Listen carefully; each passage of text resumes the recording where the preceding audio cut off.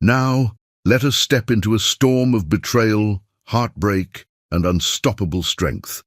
A story you will carry in your heart forever. The distance between them had grown so profound that Journey Queen could taste it in the expensive wine she pretended to sip. Metallic, bitter, like pennies dissolving on her tongue. Across the white tablecloth at Meridian, her husband Elias Thornton carved his dry-aged steak with surgical precision, the knife scraping against bone in a rhythm that matched her heartbeat. 35 years old, and she felt ancient, watching this man she'd married when she still believed love meant compromise. The soft jazz couldn't mask what they'd become, two strangers performing dinner theatre for the waitstaff. "Morrison acquisition closes Thursday," Elias said, not looking up. His voice carried that boardroom detachment, the same tone he used to discuss stock portfolios or their mortgage refinancing. When had he stopped using her name? "Partners are pleased with the preliminary numbers." Journey nodded, pushing roasted vegetables around her plate. Her wedding ring clinked against the fork, a sound that once made her smile, now felt like a tiny bell tolling. At 37, Elias still looked good in his expensive suits, still got compliments on his sharp jawline. But his brown eyes had gone cold, somewhere between their second anniversary and now, calculating everything in billable hours. "That's wonderful," she heard herself say, though the words tasted like ash. When had she stopped caring about his victories? When had he stopped sharing anything that mattered? Around them, other couples actually seemed to enjoy each other. At the next table, a woman threw her head back, laughing at something her partner whispered, wine spilling slightly as her shoulders shook with genuine delight. Journey couldn't remember the last time she'd laughed like that. Couldn't remember Elias making her laugh at all. "Been thinking about the Hamptons house," Elias continued, finally meeting her eyes. "Should sell it. Maintenance costs don't justify usage frequency." The Hamptons house, their honeymoon cottage where she'd once imagined children building sandcastles, where she'd dreamed of growing old together on the wraparound porch. Now it was just another line item to liquidate. "If you think that's best." The words slipped out automatically, even as something inside her screamed to fight for that house, for those memories, for anything worth saving. Elias nodded and returned to his meal, matter settled. This was how decisions happened now. He proposed, she acquiesced. Life moved forward with all the warmth of a business transaction. Her phone vibrated against the table. Elias's fork paused midway to his mouth. "Really, Journey?" "During dinner. Sorry, I thought—" She reached for the phone, planning to silence it quickly, but the message preview stopped her cold. "Emergency at Grandmama's house. She needs you now. Don't tell anyone where you're going. Ailani." Her 29-year-old sister never sent dramatic texts. Ailani had inherited Mama Rose's practical nature. If she said emergency, someone was dying. "I have to go." Journey was already reaching for her purse, hands shaking. "Go where? We haven't finished." "My grandmother. There's an emergency." Elias set down his fork with deliberate slowness. "What kind of emergency?" "I don't know yet, but I have to get to her house." She fumbled with her coat, adrenaline making her clumsy. Mama Rose had raised her after the car accident that killed her parents when she was 12. The thought of losing the woman who'd been her anchor made breathing difficult. "Journey, you're being dramatic. Whatever it is can wait until we finish eating. We made reservations 2 weeks ago." The casual dismissal hit her like ice water.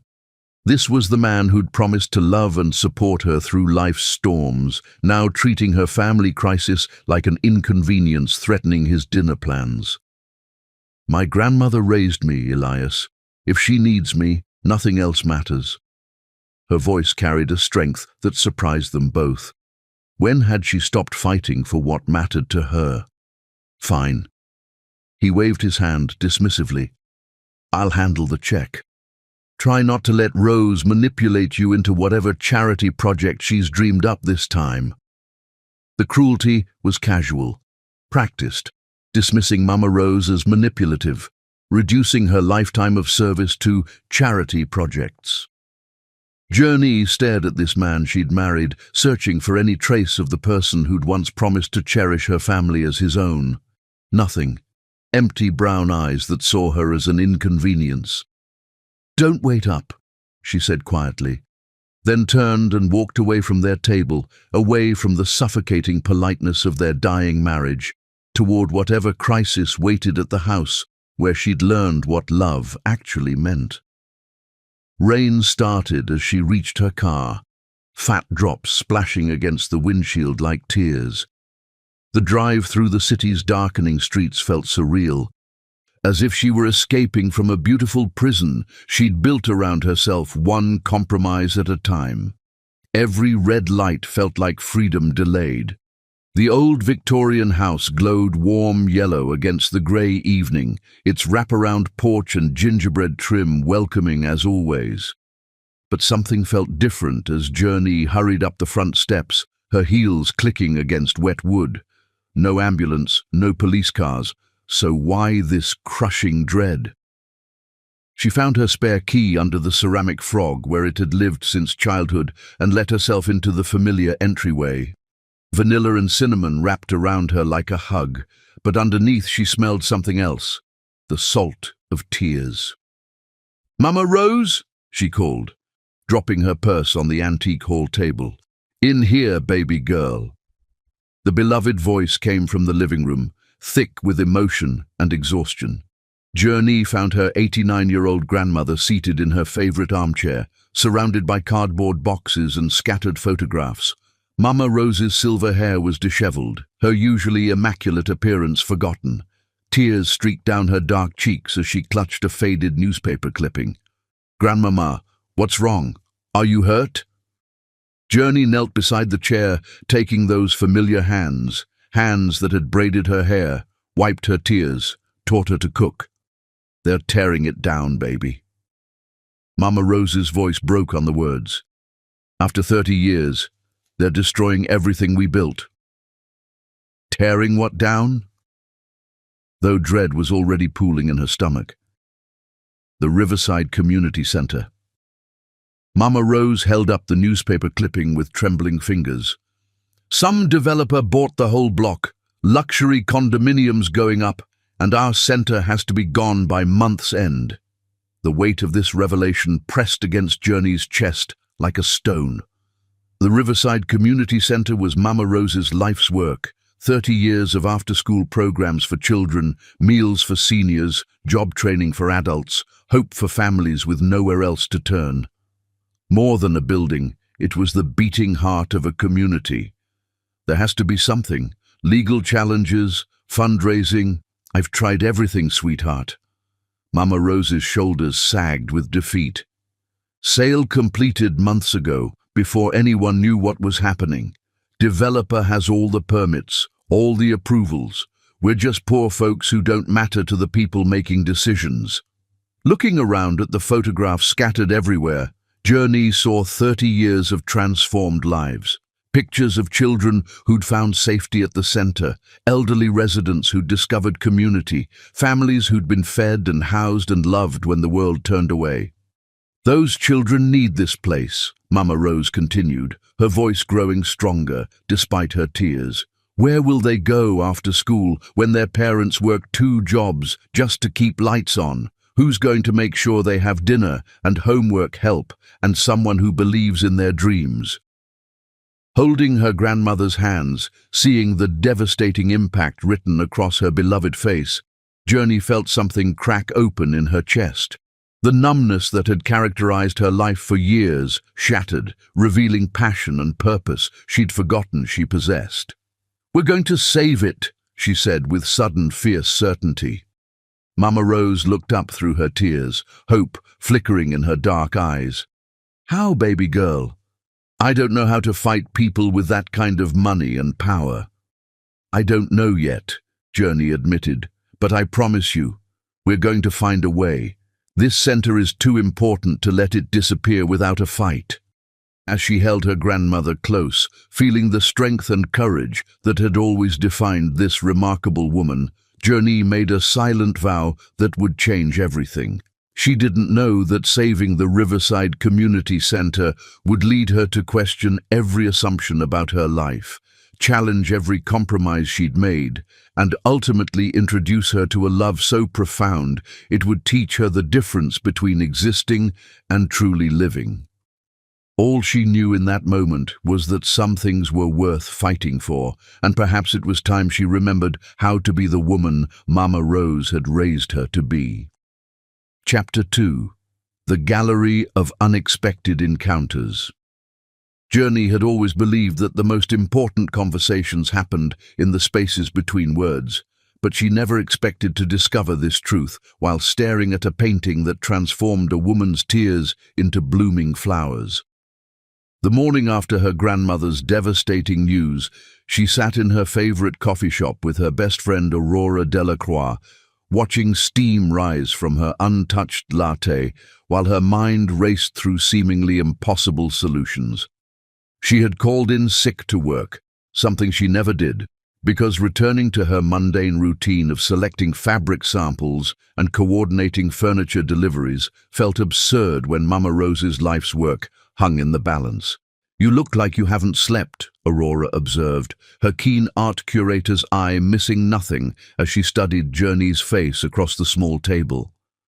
At 33, Aurora possessed the kind of effortless elegance that came from years of moving through gallery openings and cultural events, her auburn hair always perfectly styled, her clothes a careful balance of artistic flair and professional sophistication. "I couldn't stop thinking about the center," Journey admitted, wrapping her hands around the warm cup for comfort. 30 years of helping people gone just like that. How do we fight developers with unlimited resources and political connections? Aurora leaned forward, her green eyes bright with the kind of intensity that had made her one of the city's most respected curators despite her young age. "You don't fight them with their own weapons. You fight them with something they don't understand: heart, community, and the power of art to change minds." "Art?" Journey looked up sharply. "Aurora, this isn't about creating something beautiful to hang on a wall. This is about saving a building that feeds hungry children and provides shelter for homeless families." "Exactly." Aurora's smile carried the confidence of someone who had spent years watching art transform both individuals and communities. "Which is why you need to meet Bruce Brando." The name meant nothing to Journey, though something in Aurora's tone suggested it should. "Who is Bruce Brando?" "Only the most innovative philanthropist in the city," Aurora said, pulling out her phone to scroll through images. "He owns the Brando Gallery downtown, but it's not like any gallery you've ever seen. He specializes in community-focused art that tells real stories about real people.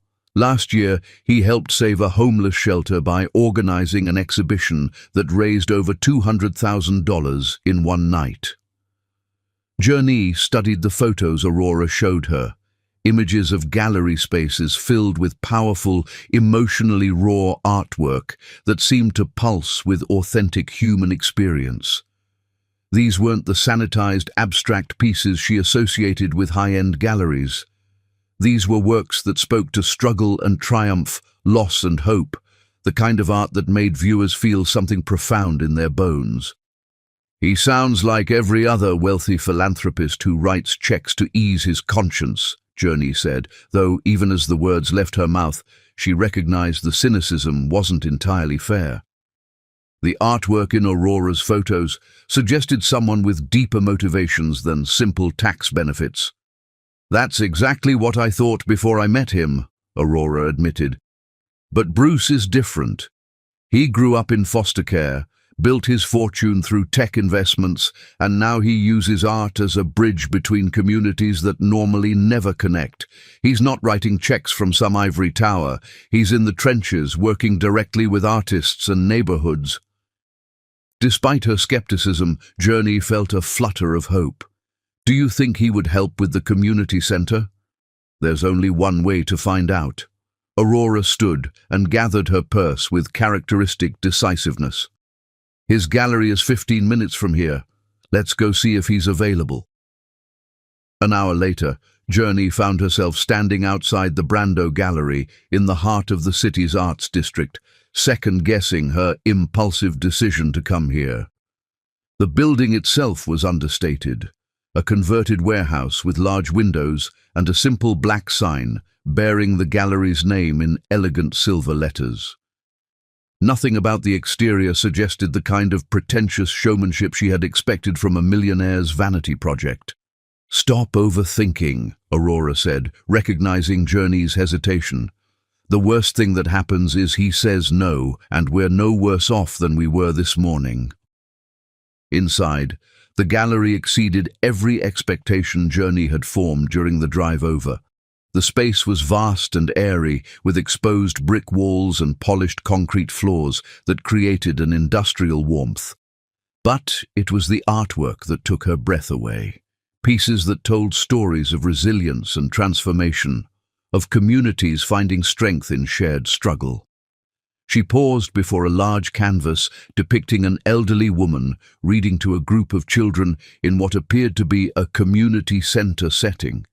The artist had captured something transcendent in the scene, the way the children's faces turned toward the reader like flowers following the sun, the gentle strength in the woman's hands as she held the book, the sense of sanctuary and possibility that radiated from their gathering. "That's one of my favorites," a voice said behind her, warm and genuine in a way that made her turn immediately. Bruce Brando was nothing like what she had imagined. He stood in the gallery's main corridor, wearing jeans that had seen actual work, a simple grey sweater with paint stains on the sleeves, and canvas sneakers that looked like they had walked through every neighborhood in the city. His dark hair was slightly disheveled, as if he had been running his hands through it while concentrating on some complex problem, and his blue eyes held the kind of intelligence that came from truly seeing the world rather than simply observing it. "The artist is a woman named Elena Rodriguez," he continued, moving to stand beside Journey in front of the painting. "She grew up in East Valley, spent her afternoons at the community center there after her mother worked double shifts at the hospital. This piece is her tribute to the volunteer who taught her to read, and eventually to believe she could become an artist." "It's beautiful," Journey said, though the word felt inadequate for the emotion the painting evoked. "There's something about the way she captured the connection between them. You can feel the love and hope in that room." Bruce turned to look at her directly, and she felt an unexpected jolt of recognition, as if some part of her had been waiting to meet someone who understood the power of such moments. That's exactly what Elena was trying to convey. She said she wanted people to understand that community centers aren't just buildings, they're places where futures get written. Aurora stepped forward with her characteristic social grace. "Bruce, I'd like you to meet my dear friend, Journey Queen. Journey, this is Bruce Brando." "Journey Queen," Bruce repeated, and something in the way he said her name made it sound like music. "That's a beautiful name, strong and distinctive." "Thank you," Journey replied, acutely aware of how his presence seemed to fill the space around them with warmth and possibility. "Aurora tells me you help communities through art. I'm hoping you might be able to help with the situation my grandmother is facing." "I'd be honored to hear about it," Bruce said, his attention completely focused on her in a way that felt both flattering and slightly overwhelming. "Would you like to sit down? I have a small office in the back where we can talk privately." As they moved through the gallery toward his office, Journey found herself noticing details that spoke to Bruce's character. He stopped to straighten a piece that had been knocked slightly askew, his touch gentle and reverent. He greeted each staff member by name, asking about their families and projects with genuine interest. When a young artist approached with questions about her upcoming exhibition, he gave her his full attention, offering encouragement and practical advice with equal measure. His office was as unpretentious as the man himself. A simple desk covered with sketches and photographs, walls lined with books about community development and social justice, a comfortable couch surrounded by plants that looked lovingly tended. This wasn't the sterile executive suite she had expected, but rather the workspace of someone who cared more about purpose than prestige. "Please, make yourselves comfortable," Bruce said, settling into a chair across from them. "Now, tell me about your grandmother's situation." Journey began hesitantly, but as she described Mama Rose's 3 decades of service at the Riverside Community Center, Bruce's expression grew increasingly intense.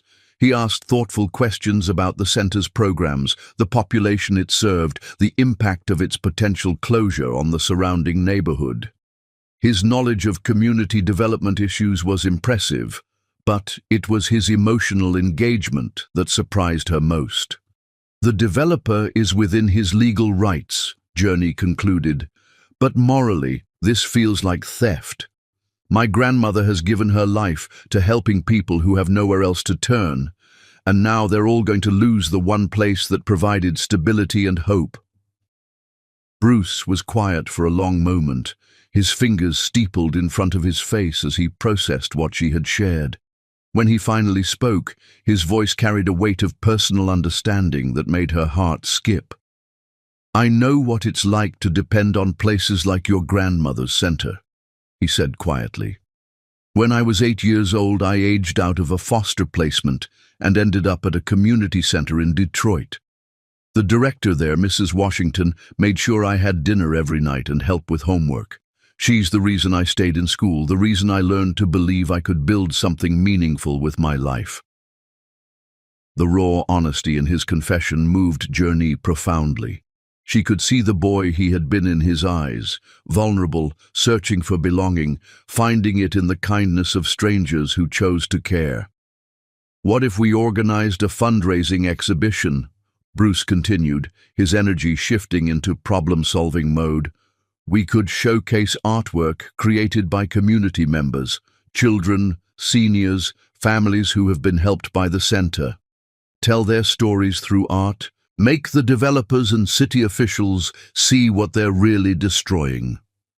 "Do you think it would work?" Journey asked, hope blooming in her chest despite her attempts to remain realistic. "I think," Bruce said, leaning forward with the intensity of someone who had spent years turning impossible dreams into reality, "that when people see the truth of what your grandmother has built, they won't be able to look away. Art has the power to change hearts, and changed hearts can move mountains." As they discussed logistics and timelines, Journey found herself studying Bruce's hands as he sketched rough ideas on a notepad. They were strong hands, marked by calluses that suggested real work rather than purely theoretical involvement. When he reached for a book to show her examples of similar projects, their fingers brushed accidentally, and she felt an electric current run through her entire body. The moment stretched between them, charged with possibility and recognition. Bruce's eyes met hers, and she saw her own surprise reflected back at her.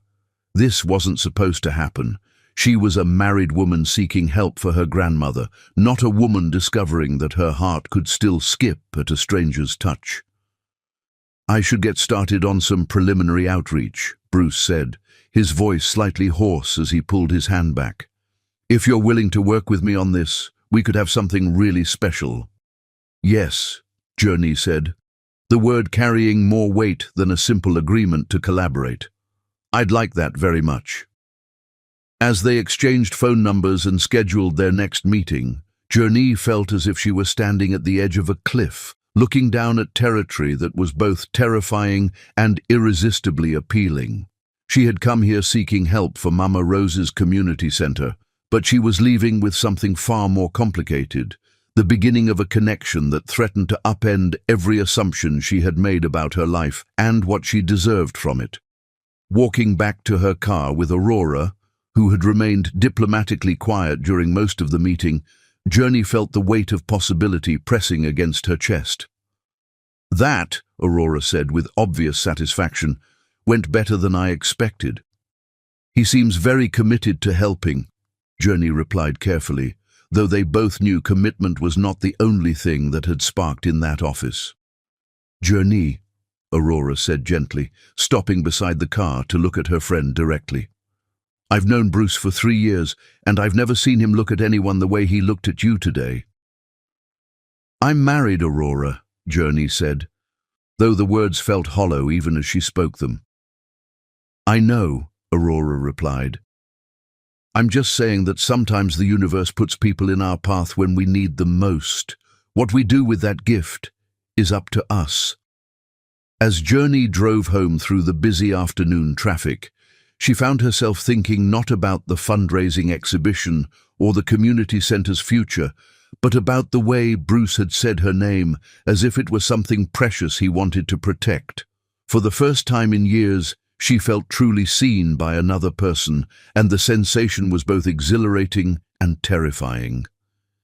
She had no idea that this meeting would become the first crack in the carefully constructed walls around her heart, or that saving her grandmother's life's work would require her to examine every choice she had made about her own. Chapter 3. Coffee Confessions and Awakening Hearts. Some conversations change the trajectory of a life in the space of a single afternoon, and Journey Queen discovered this truth while watching Bruce Brando's hands wrap around a coffee cup as if he were protecting something infinitely precious. 2 days had passed since their meeting at the gallery, 2 days during which Journey had found herself thinking about Bruce's offer to help save the community center with an intensity that both surprised and concerned her. She'd told herself that her frequent thoughts about their collaboration were purely practical. After all, Mama Rose's crisis required immediate attention and creative solutions. But sitting across from him now, in the intimate confines of Cornerstone Cafe, she could no longer deny that her interest extended beyond professional cooperation. God, I love this place. Bruce looked around the small cafe with genuine appreciation, taking in the mismatched vintage furniture and exposed brick walls lined with local artwork. No corporate sterility, no manufactured ambiance, just real people making real coffee. Journey had suggested the cafe, a family-owned spot where she often came to think when her house felt too oppressive. Something about Bruce's immediate comfort here, the way he'd nodded hello to the barista by name, told her he understood the difference between authentic and performative. I spent most of yesterday sketching exhibition layouts, Bruce said, pulling a worn notebook from his jacket pocket. His fingers bore fresh traces of charcoal and paint, evidence of hands that created as well as planned. I'm thinking we transform the entire gallery into a representation of the community center itself. Different stations showing various programs, with artwork created by the people whose lives your grandmother has touched. Journey leaned forward to study his sketches, breathing in the faint scent of his cologne, mixed with coffee, and something distinctly him, clean soap, maybe a hint of paint thinner. His ideas weren't just spatial arrangements, but emotional journeys, showing how visitors would move through the exhibition, experiencing stories in a sequence that built understanding and empathy. This is brilliant, she said, tracing her finger along his drawings. The children's section flowing into senior programs, then job training areas, like walking through the center itself. You've thought of everything. It's like... She paused, searching for the right words. Like you really get what Mama Rose has built there. I do. Bruce's voice carried quiet conviction. These places, they're sacred, you know? Not in a religious way, but in a human way, Journey finished, and saw something light up in his eyes. Exactly, in a human way. He smiled, and it transformed his entire face. Most people see community centers as places where poor kids hang out after school. They don't understand that we're looking at transformation in its most basic form. As he explained his vision in greater detail, Journey found herself studying not just his words, but the way he spoke them. No pretense, no calculated charm designed to impress. This was a man who genuinely cared about the work they were planning, who understood that saving the community center meant preserving something sacred. "Can I ask you something personal?" The words slipped out before she could stop them. "Sure." "Why does this matter so much to you? I mean, beyond just supporting community causes. This feels—" She gestured between them, then caught herself. "The way you talk about it feels personal." Bruce was quiet for a moment, his fingers tracing the rim of his coffee cup. When he looked up, she saw vulnerability in his expression that made her chest tight. "I told you I grew up in foster care." His voice was careful, measured. "What I didn't mention is that I aged out of the system when I was 18 with nowhere to go. No family, no safety net, no idea how to navigate the world alone." The confession hit Journey harder than she'd expected. Looking at Bruce now, successful, confident, clearly comfortable in his own skin, it was impossible to imagine him as a scared teenager with no place to call home. "Jesus, what did you do?" "Slept in shelters, community centers, ate meals wherever I could find them." His honesty was matter-of-fact, but she could hear the old pain underneath. "For 8 months, I was basically invisible, just another homeless kid nobody wanted to deal with." "How did you—" She gestured at him, at the successful man sitting across from her. A community center director named Harold Sanchez. Bruce's entire demeanor softened. "He let me sleep on a cot in his office in exchange for maintenance work. But more than that, he saw something in me that I couldn't see in myself. Helped me apply for college grants, drove me to job interviews, never once made me feel like I was charity." "He sounds incredible." He was. "Harold died 5 years ago, but not before seeing me graduate college and start my first business." Bruce smiled at the memory, but Journey could see grief that still lived behind his eyes. He used to say that community centers weren't in the business of changing lives. They were in the business of giving people tools to change their own lives. The depth of his personal connection to their cause moved Journey profoundly. She'd expected to work with a wealthy philanthropist motivated by tax benefits and social recognition. Instead, she'd found a man whose commitment grew from authentic understanding of what it meant to need the kind of help Mama Rose provided. "I'm sorry you went through that." The words felt inadequate for the magnitude of what he'd shared. "Don't be—" Bruce's response was immediate, firm. "Those experiences taught me that everyone deserves to be seen and valued, regardless of their circumstances. They're why I do this work now, why I can't walk away when places like your grandmother's center are threatened." Their conversation was interrupted by the soft chime of Journey's phone. She glanced at the screen and felt her stomach drop. Elias. "Excuse me," she said to Bruce, then answered with forced politeness. "Hello? Where are you?" Her husband's voice carried that sharp edge she'd learned to recognize as barely controlled irritation. "I called your office. They said you took another sick day." Bruce politely looked away, focusing on his notebook while clearly trying to give her privacy for what was obviously a difficult conversation. "I'm handling the situation with my grandmother's community center." Journey kept her voice level despite the familiar anxiety building in her chest. "You're still playing around with that?" Elias's dismissive tone made her face flush with embarrassment, especially knowing Bruce could hear every word. "We have the Henderson dinner party tonight. I assume you haven't forgotten our actual obligations." The casual cruelty of his phrasing, playing around, and actual obligations hit her like ice water. Every meaningful moment of her work with Bruce, every genuine connection she'd felt to this cause, reduced to childish games that interfered with social climbing. "I'll be there," she said quietly, though the words felt like swallowing broken glass. "Good. Wear the blue dress, not one of your artistic experiments, and try to focus on being charming rather than whatever social justice crusade you're on this week."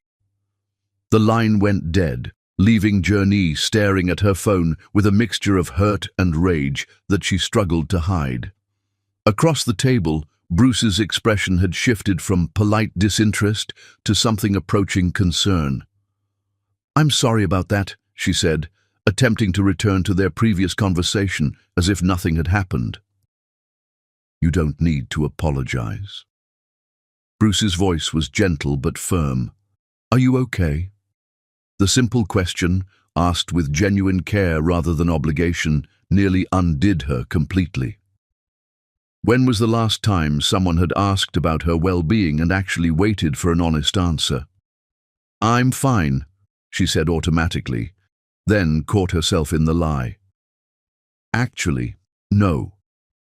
I'm not fine. My marriage is—" She paused, searching for words that wouldn't sound like betrayal. "It's complicated. Do you want to talk about it?" Did she? Journey had spent years maintaining the fiction that her marriage was simply going through a rough patch, that she and Elias were both successful professionals who had temporarily lost their way but would eventually find their way back to each other. She'd never admitted to anyone how completely disconnected she felt. "Elias and I have been growing apart for years," she heard herself say, surprised by her own honesty. "We got married when I was 28 and he was 30. Thought we wanted the same things, but somewhere along the way we became different people with different priorities." "What do you want?" Bruce asked softly, and something in his tone made the question feel like an invitation to be completely honest. "I want to matter." The words came from some deep place she hadn't known existed.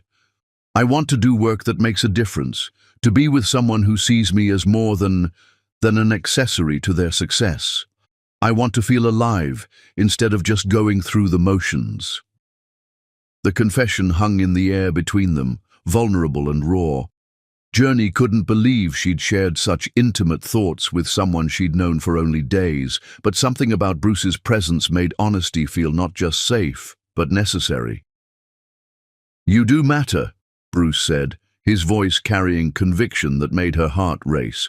"What you're doing for your grandmother, for the community center, that matters enormously. And anyone who can't see that—" He paused, choosing his words carefully. "Anyone who can't see that doesn't deserve you." The intensity of his response, the way he looked at her as if she were someone worth fighting for, created a moment of connection so profound that Journey felt physically dizzy. This was dangerous territory, sitting in a coffee shop with a man who wasn't her husband, sharing feelings she'd never expressed to anyone, feeling more understood in 2 hours than she had in years of marriage. "I should go," she said suddenly, gathering her purse with hands that trembled slightly.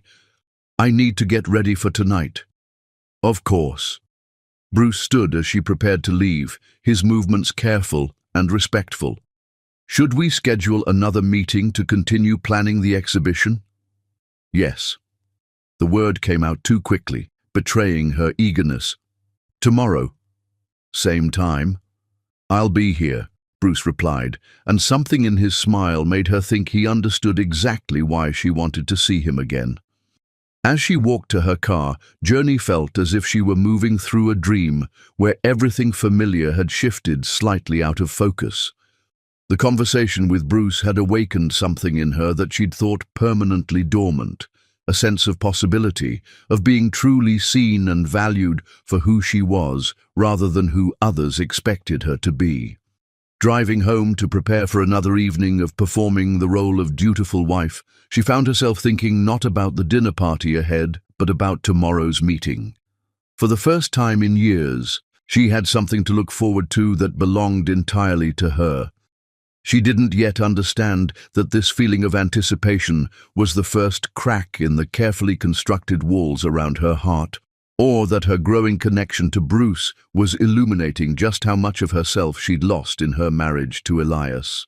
All she knew was that she felt more alive after 2 hours with Bruce than she had in months of her regular life. The transformation had begun, though she wouldn't recognize it fully until much later. For now, it was enough to carry the memory of being seen and valued by someone who understood that saving a community center meant preserving something sacred, and that she was worthy of that same kind of protection and care. Chapter 4.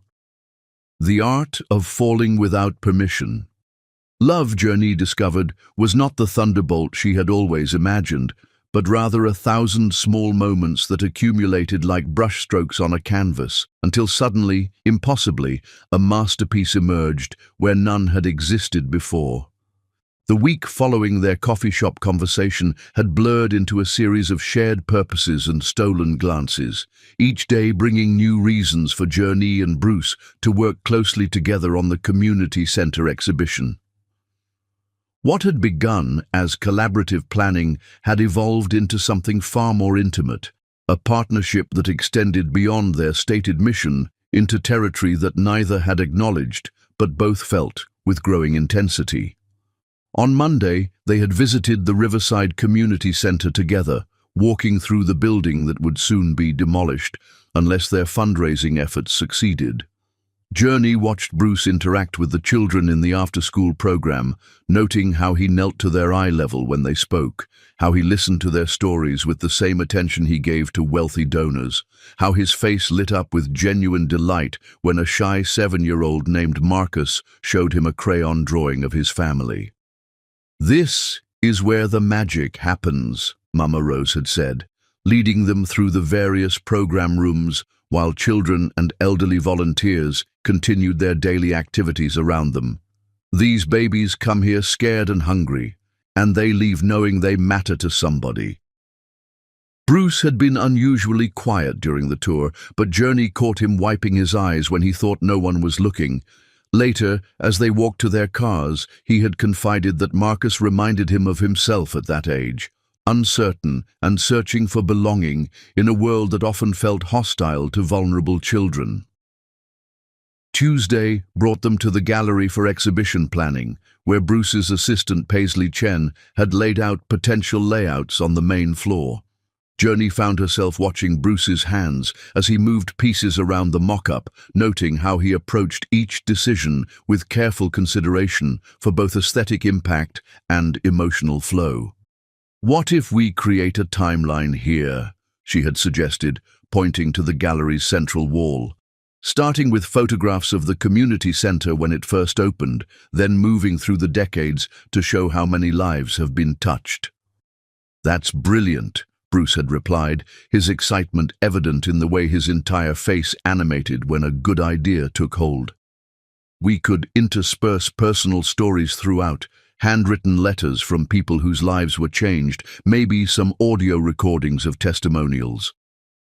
Working together felt natural in a way that surprised them both. Their ideas built upon each other seamlessly, creating something more powerful than either could have achieved alone. When Journey suggested incorporating children's artwork throughout the space, Bruce immediately envisioned ways to display the pieces that would highlight their emotional impact. When Bruce proposed including a recreation of the center's reading corner, Journey knew exactly how to arrange the lighting to create intimacy within the larger gallery space. Wednesday had been devoted to community outreach, visiting families who had been helped by the center over the years. Bruce drove, navigating the city's neighborhoods with the confidence of someone who had spent time in all corners of the community. They interviewed grandmother Elena Rodriguez, whose granddaughter had received tutoring that helped her become the first person in their family to attend college. They spoke with Robert Chen, a formerly homeless veteran who had found housing assistance and job training that allowed him to rebuild his life. Each story they collected added weight to their mission, but Journey found herself equally moved by Bruce's responses to these conversations. He listened with complete attention, asked thoughtful follow-up questions, and never once made anyone feel like their story was being collected for someone else's agenda. This was personal for him in ways that went beyond his own experience with homelessness. "You're extraordinary at this," Journey had said as they drove between interviews. "The way you connect with people, it's like you see straight into their hearts." "I learned a long time ago that everyone has a story worth hearing," Bruce had replied. "The difference between people like your grandmother and the developers trying to tear down the center is that she knows those stories matter." Thursday brought an unexpected challenge when several potential donors had expressed concerns about supporting what they perceived as a political cause. Bruce had spent hours on the phone, carefully explaining that preserving community services wasn't about politics, but about basic human compassion. Journey had watched him navigate these conversations with remarkable grace, never losing his temper despite obvious frustration with attitudes that treated poor families as abstractions rather than people. "How do you stay so patient?" she had asked during a break between difficult phone calls. "Because getting angry won't save the center," Bruce had said simply, "and those children need advocates who can work within the system, even when the system is flawed." By Friday evening, they had spent nearly every waking hour together, their collaboration deepening into something that felt essential to both their lives. Journey had told Elias she was working late on the charity project, a description that made her feel physically ill because it reduced their meaningful work to something trivial. Bruce had rearranged his entire schedule, turning down lucrative opportunities to focus completely on their exhibition planning. Now, as they worked together in the gallery after hours, hanging preliminary artwork and testing lighting arrangements, Journey felt the weight of everything unspoken between them. The space was quiet except for the soft jazz Bruce had chosen for background music, creating an atmosphere of intimate focus that made her hyper-aware of every moment when their hands accidentally touched while adjusting a display. "I think this piece should go higher," Journey said, standing on a stepladder to reposition a painting created by one of the center's senior participants. The artwork depicted hands of different ages working together in a garden, symbolizing the intergenerational connections that made the center special. "Let me help," Bruce said, moving to steady the ladder. His hands gripped the sides just below where she stood, bringing him close enough that she could feel the warmth of his presence even through the space between them. "How's that?" she asked, adjusting the painting's position while trying to ignore the way her heart raced at their proximity. "Perfect," Bruce said, but when she looked down, she realized he wasn't looking at the artwork. His eyes were on her face, and the expression she saw there made breathing suddenly difficult. "Journey," he said softly, his voice carrying a weight of emotion that matched what she felt building in her own chest. She climbed down from the ladder carefully, acutely aware that each step brought her closer to him. When she reached the ground, they stood facing each other in the warm gallery lighting, surrounded by artwork that told stories of hope and transformation, and she realized that her own story was about to take a turn she hadn't planned or expected. "This week has been," she began, then trailed off, unsure how to finish the sentence without acknowledging feelings that felt too dangerous to name. "I know," Bruce said, reaching up to gently touch her cheek. "I feel it too." The admission hung between them like a bridge neither was sure they should cross.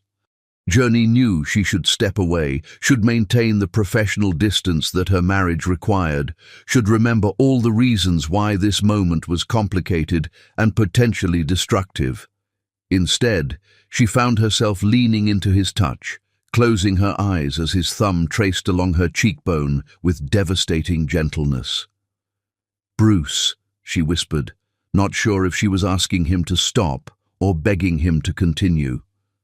"I never expected this," he said, his other hand coming up to frame her face completely. "I thought I was helping save a community center, not falling in love with the most remarkable woman I've ever met." The word love sent shockwaves through her entire body. She opened her eyes to find him looking at her with an intensity that made her feel seen and cherished in ways she had forgotten were possible. "I'm married," she said, though the words felt like they belonged to someone else's life.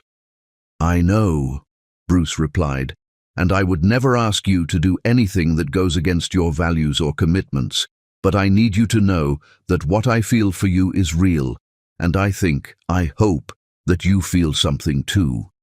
"I do," she admitted, the confession emerging from someplace deeper than conscious thought. "God help me, I do." They moved toward each other simultaneously, drawn by forces neither could fully understand or resist. Journey felt as if she were watching herself from outside her body as Bruce's lips neared hers, felt the warmth of his breath against her skin, felt every assumption about her life and what she deserved shifting like tectonic plates beneath her feet. The kiss that followed was soft and questioning at first, then deeper as she responded with an enthusiasm that surprised them both. Bruce's hands tangled in her hair while hers gripped the front of his shirt, pulling him closer as weeks of suppressed attraction finally found expression. When they finally broke apart, both breathing heavily, Journey felt as if the world had fundamentally changed around them. The gallery looked the same, the music continued playing, but she knew with absolute certainty that nothing would ever be the same again. "Journey," Bruce said, his forehead resting against hers while they both struggled to process what had just happened. "I know," she said, though she wasn't sure what she knew anymore. "I know this is complicated. I know we can't just pretend this didn't happen, but I also don't know what it means or what we're supposed to do now." "It means," Bruce said, pulling back slightly to look into her eyes, "that we have something worth protecting, and that whatever happens next, we owe it to ourselves and to each other to be completely honest about what we want." "What do you want?" she asked, though part of her was terrified of his answer. "I want you," he said simply.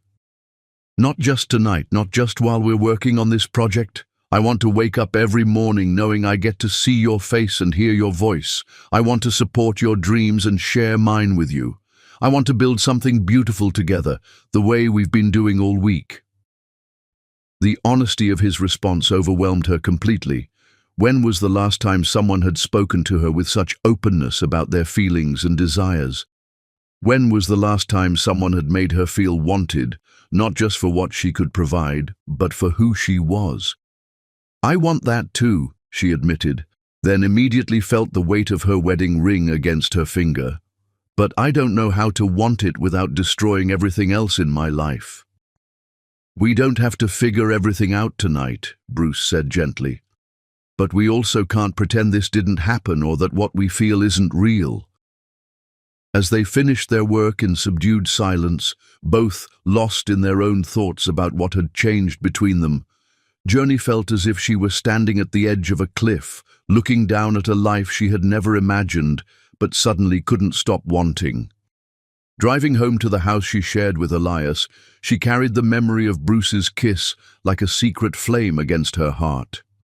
Tomorrow would bring complications and difficult decisions, but tonight she allowed herself to hold on to the feeling of being truly desired and cherished by someone who saw all of her and wanted more rather than less.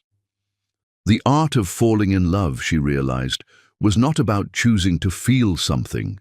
It was about recognizing that the feeling had chosen you and then deciding whether you had the courage to honor it. Chapter 5. The night everything breaks open. The moment Journey realized she was capable of choosing love over fear was the same moment her marriage finally died, though it took a room full of witnesses and her husband's public humiliation for her to recognize what had already become a corpse. The Riverside Community Center fundraising exhibition had exceeded every expectation Bruce and Journey had dared to nurture during their weeks of planning. The Brando Gallery pulsed with energy as over 200 attendees moved between displays of artwork created by community members, children's paintings depicting dreams, photographs documenting 3 decades of service, sculptures from donated materials. Journey moved through the space feeling as if she were floating, buoyed by their success and the knowledge that they had already raised enough money to purchase the community center. More than the financial triumph, she was moved by the connections being forged, conversations between donors and community members that transcended boundaries, children explaining their artwork to collectors who listened with genuine respect. "Baby girl, you did this," Mama Rose whispered to her granddaughter during a quiet moment near the gallery's back wall. At 89, Mama Rose had insisted on attending despite her fatigue, determined to witness the community coming together to save her life's work. She wore her best dress, navy blue with tiny pearl buttons, and her eyes sparkled with tears of joy and pride. "We did this, Grandmama," Journey corrected gently, though her heart swelled at the recognition. "You created something worth saving. Bruce and I just helped people see what you've been building all these years." "That young man looks at you like you hung the moon and stars," Mama Rose observed, nodding toward where Bruce stood near the exhibition's centerpiece. Even from across the room, Journey could see his passion as he spoke with potential donors, his hands moving expressively as he explained the center's impact. "Mama Rose," Journey began, but her grandmother's knowing smile silenced any protest. "Child, I've been watching people fall in love for 89 years. I know what it looks like." Mama Rose squeezed her granddaughter's hand with surprising strength. "The question isn't whether you'll care for each other. The question is what you're going to do about it."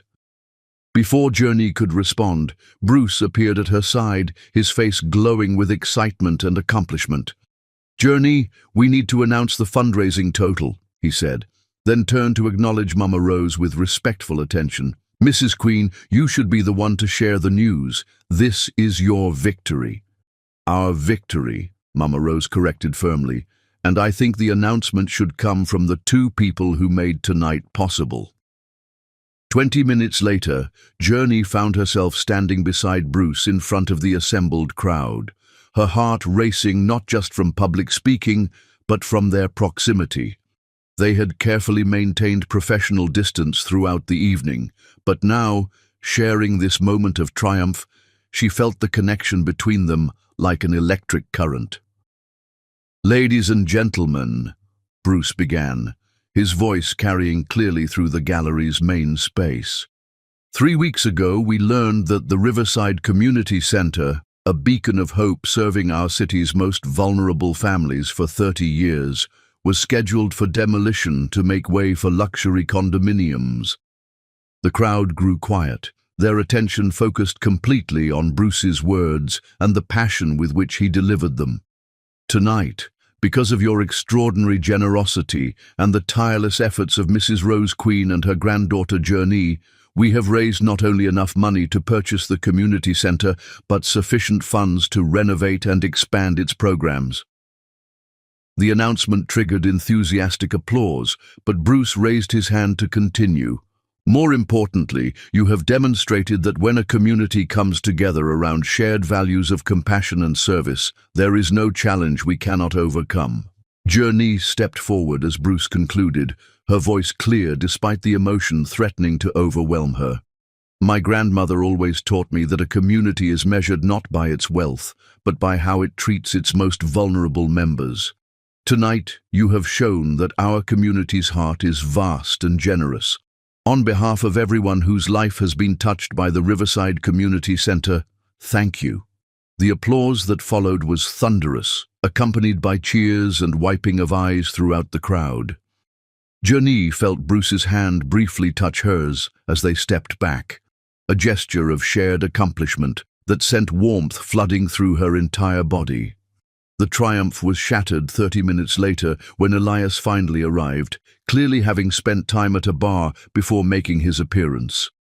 Journey had mentioned the fundraiser to him several times, but he dismissed it as unimportant, making it clear that he considered her involvement embarrassing rather than meaningful. Now, watching him navigate through the crowd with studied casualness that barely concealed his intoxication, Journey felt familiar embarrassment and disappointment.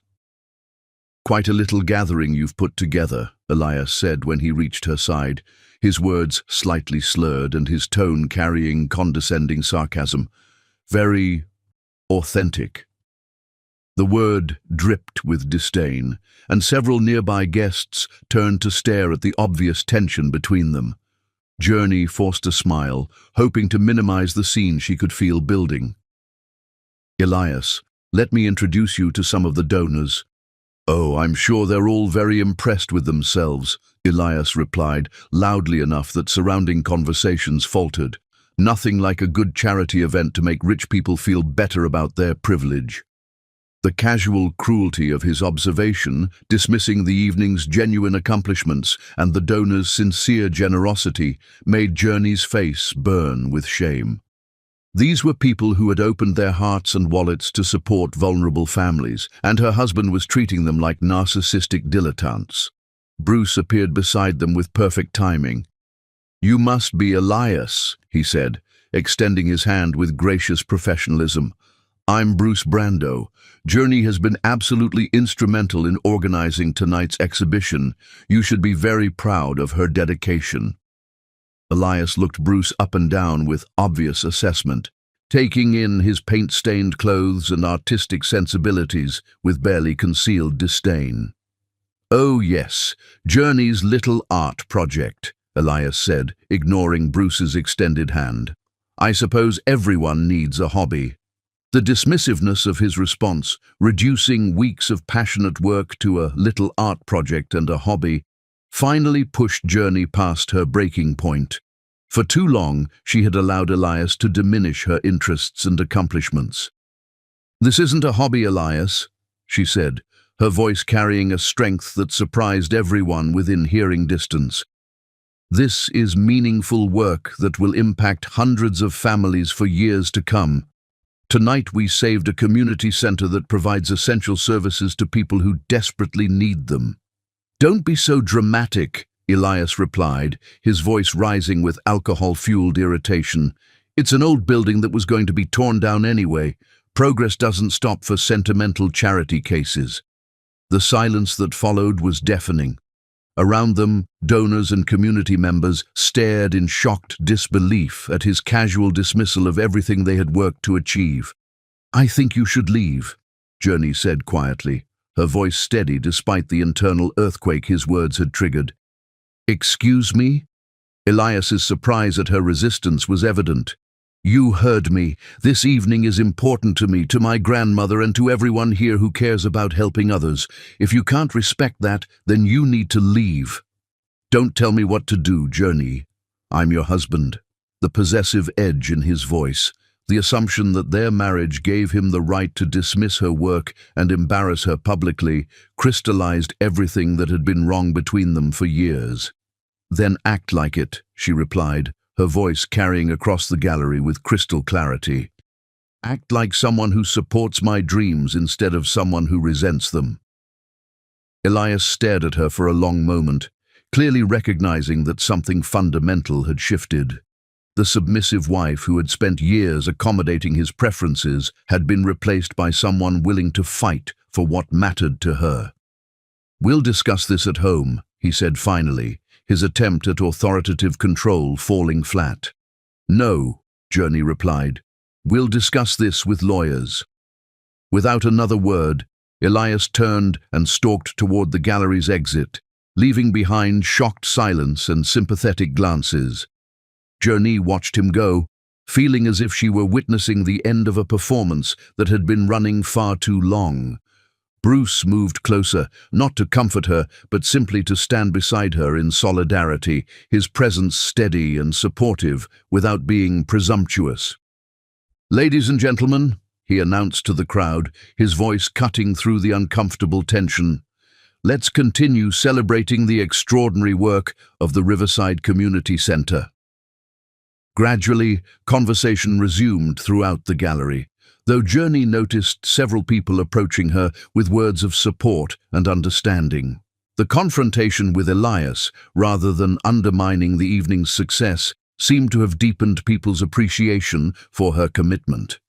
2 hours later, as the last guests departed and gallery staff began cleaning up, Journey found herself sitting alone in Bruce's office, emotionally drained but strangely liberated. The adrenaline that had carried her through the confrontation was finally fading, leaving behind a mixture of exhaustion and clarity. Bruce knocked softly before entering, carrying 2 cups of tea and wearing an expression of gentle concern. "How are you holding up?" he asked, settling into the chair across from her.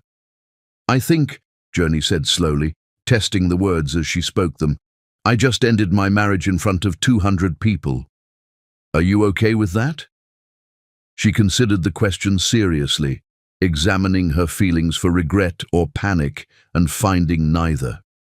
"Yes," she said with growing certainty. "I think I've been okay with it for a long time. I just needed something worth fighting for to help me see how much I'd been settling for." As they sat together in the peaceful aftermath of the evening's emotional storm, surrounded by artwork that celebrated resilience and transformation, Journey felt something she hadn't experienced in years: the exhilarating terror of choosing authenticity over security, of risking everything for the possibility of finding something real. The fundraiser had saved the community center, but more importantly, it had shown her that she was worth saving too. Chapter 6. The Courage to Choose Happiness. The morning after you realize your marriage is dead arrives with a clarity so sharp it feels like breathing pure oxygen after years of suffocating in stale air. And Journey Queen woke to sunlight streaming through her bedroom window with the profound relief of someone who had finally stopped pretending. She lay still for several minutes, listening to the quiet that filled the house like a presence unto itself. Elias had not come home the previous night. Whether from pride, anger, or simple indifference, she neither knew nor cared. For the first time in years, his absence felt like a gift rather than an abandonment, a space where she could exist without constantly managing his moods or minimizing herself to accommodate his preferences. Rolling over, she caught sight of her reflection in the antique mirror above their dresser, her dresser now, she supposed, and was surprised by what she saw. The woman looking back had the hollow-eyed exhaustion of someone who'd fought a battle, but also a brightness in her gaze that had been missing for longer than she cared to calculate. She looked like someone who had remembered how to fight for what mattered. Her phone buzzed on the nightstand, displaying a text from Ailani. "Saw the news article about the fundraiser. You were incredible. Call me when you're ready to talk." The mention of a news article sent Journey searching online, where she found a glowing piece in the city's arts section about the community center exhibition. The journalist had captured not only the fundraising success, but also the emotional impact of the evening, describing it as a powerful demonstration of what becomes possible when artistic vision meets genuine social commitment. There was a photograph of her and Bruce addressing the crowd, their shared purpose evident in their expressions. Reading the article filled her with pride and satisfaction, emotions that had become foreign during her marriage. When was the last time she'd felt genuinely accomplished? When had she last seen her work described in terms of vision and commitment rather than dismissed as hobby or indulgence? She called Ailani while making coffee in the kitchen that had never felt like hers, despite 7 years of residence. Her younger sister answered on the first ring, her voice carrying the warmth and concern that had always made her Journey's closest confidant. "Jesus, girl, how are you feeling?" Ailani asked without preamble, her nurse's instincts attuned to emotional as well as physical wellness. "Free," Journey said, surprising herself with the honesty. "Scared and confused and uncertain about everything, but free." "Good." Ailani's response was characteristically direct. "I've been waiting years for you to realize that being married to Elias was like being slowly poisoned by someone who convinced you the poison was medicine." The analogy was harsh but accurate. Journey thought about the gradual erosion of her confidence, the way she'd learned to question her own judgment and defer to Elias's opinions about everything from career choices to friendships. She'd become a stranger to herself, someone who prioritized peace over authenticity. "I think I need to call Ronin," she said, referring to the family attorney who'd handled her parents' estate. and remained a trusted advisor over the years. I think you're right. And Journey, Ilani's voice softened. I'm proud of you. Last night you chose yourself for the first time in years, and that takes enormous courage. After their conversation ended, Journey spent the morning researching divorce proceedings and gathering financial documents, approaching the task with the same methodical determination she'd brought to organizing the community center exhibition. By noon, she'd scheduled an appointment with Ronin Blackwood for the following day and begun the process of untangling her life from Elias's with surgical precision. The hardest part wasn't the practical logistics, but the emotional reckoning with how completely she'd lost herself in their marriage. Looking through their shared belongings, wedding photos that showed a younger version of herself who still believed in their future together, gifts from Elias that she'd once treasured but now recognized as attempts to shape her into his preferred version of a wife. She felt grief not for what she was losing, but for how much time she'd spent trying to become someone else's idea of acceptable. Bruce called that afternoon while she was boxing items for donation, his voice carefully neutral as he checked on her well-being without overstepping boundaries that had become complicated since their moment in the gallery. I wanted to make sure you were okay, he said. Last night was intense, and I know you're dealing with a lot right now. I'm okay, she replied, and meant it more than she'd expected. Actually, I'm better than okay. I'm awake for the first time in years. I'm glad to hear that. She could hear the smile in his voice. I also wanted you to know that I'm here if you need anything, as a friend, as someone who cares about your well-being. No pressure, no expectations, just support. The careful way he framed his offer touched her deeply. He was giving her space to navigate her divorce without the additional complexity of their growing feelings for each other, demonstrating a respect for her autonomy that stood in stark contrast to Elias's controlling behavior. Thank you, she said. That means more than you know.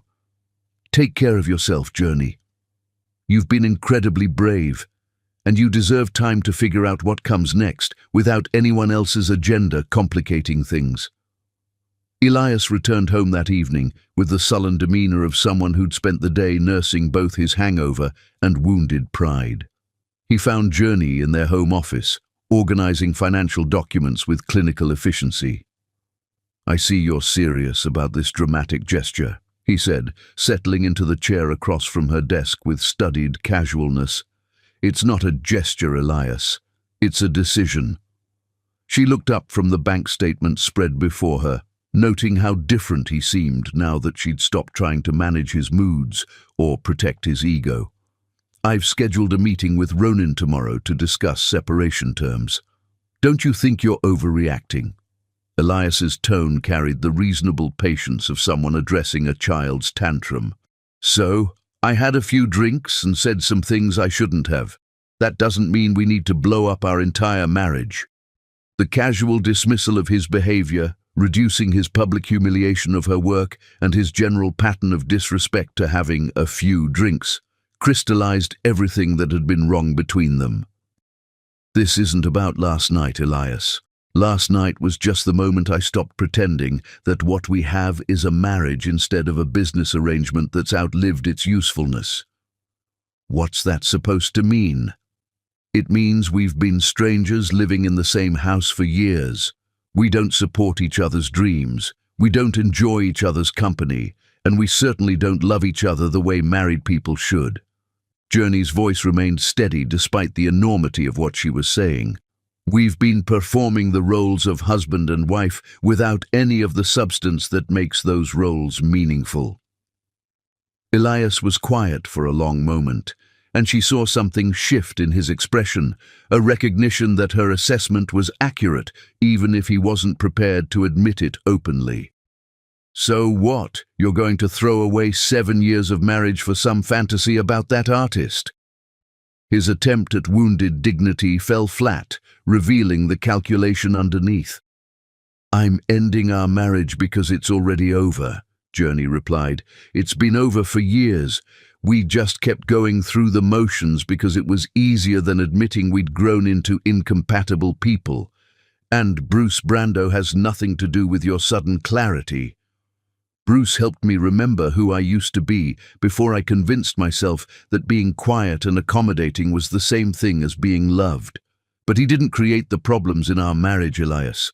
Those existed long before I met him. The conversation continued for another hour, cycling through recriminations and attempts at reconciliation that felt hollow to both participants. By the end, they'd established the basic framework for a civil separation. Elias would keep the house, Journey would take her personal belongings and half their shared assets, and they'd divide their social circles with minimal drama. "I suppose I should have seen this coming," Elias said as they concluded their negotiations with business-like efficiency. "You've been different lately, more independent." "I've been myself lately," Journey corrected, "for the first time in years."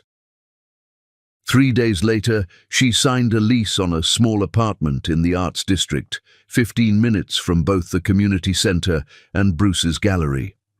The space was a converted loft with exposed brick walls, tall windows, and enough room for her to create a home office where she could pursue the interior design practice she'd dreamed of starting for years. Moving day arrived with unseasonable warmth and bright sunshine that felt like benediction.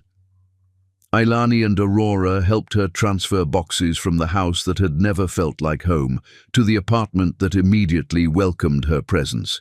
As they arranged furniture and unpacked belongings that looked completely different in their new context, Journey felt as if she were reclaiming pieces of herself that had been stored away for safekeeping. "This feels like you," Aurora observed, standing in the living room that Journey had arranged around comfort and creativity rather than entertaining and status. "Warm and authentic and completely your own." "It does," Journey agreed, looking around at the space that reflected her actual preferences rather than compromises designed to please someone else. "I'd forgotten what that felt like." That evening, after her helpers had departed and she found herself alone in her new home for the first time, Journey sat by the tall windows watching the sunset over the city skyline. She thought about the community center families who would continue receiving support because she'd found the courage to fight for something meaningful. She thought about Mama Rose, whose life's work would continue touching lives for generations to come. She thought about Bruce, whose respect for her autonomy had allowed her to make this transition without pressure or complications. Most of all, she thought about the woman she'd been before her marriage. Someone who believed in fighting for justice, who found joy in creative work, who expected to be valued for her mind and passions, rather than her willingness to accommodate others' preferences. That woman had been buried but not destroyed, and now she was emerging with the hard-won wisdom that came from surviving disappointment and choosing hope anyway. Her phone buzzed with a text from Bruce. "Thinking of you on your first night in your new place. I hope it feels like home." She smiled as she typed her response. "It feels like me. Thank you for helping me remember who that is." Outside her windows, the city sparkled with possibility, and for the first time in years, Journey felt capable of reaching for anything her heart desired. The courage to choose happiness, she realized, was not a single dramatic gesture, but a series of small decisions to honor her own worth. Tonight marked the beginning of a life built on authenticity rather than compromise, and the possibilities felt infinite. Chapter 7. Learning to breathe again.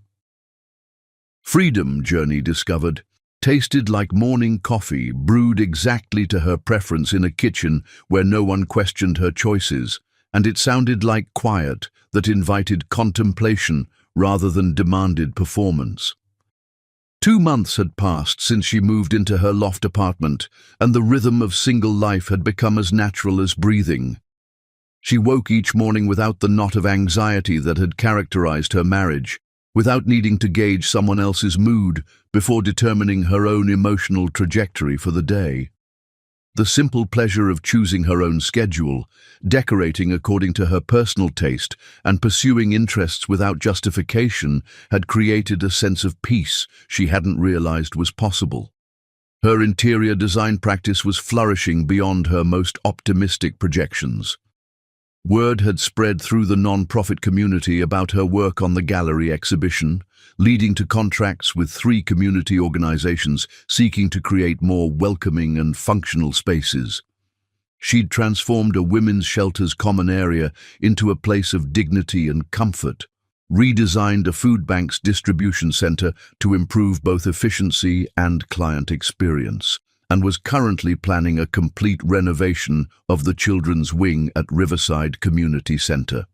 "You found your calling," Aurora observed one evening as they shared dinner in Journey's apartment, surrounded by fabric samples and architectural sketches spread across every available surface. "I haven't seen you this energized about work since college."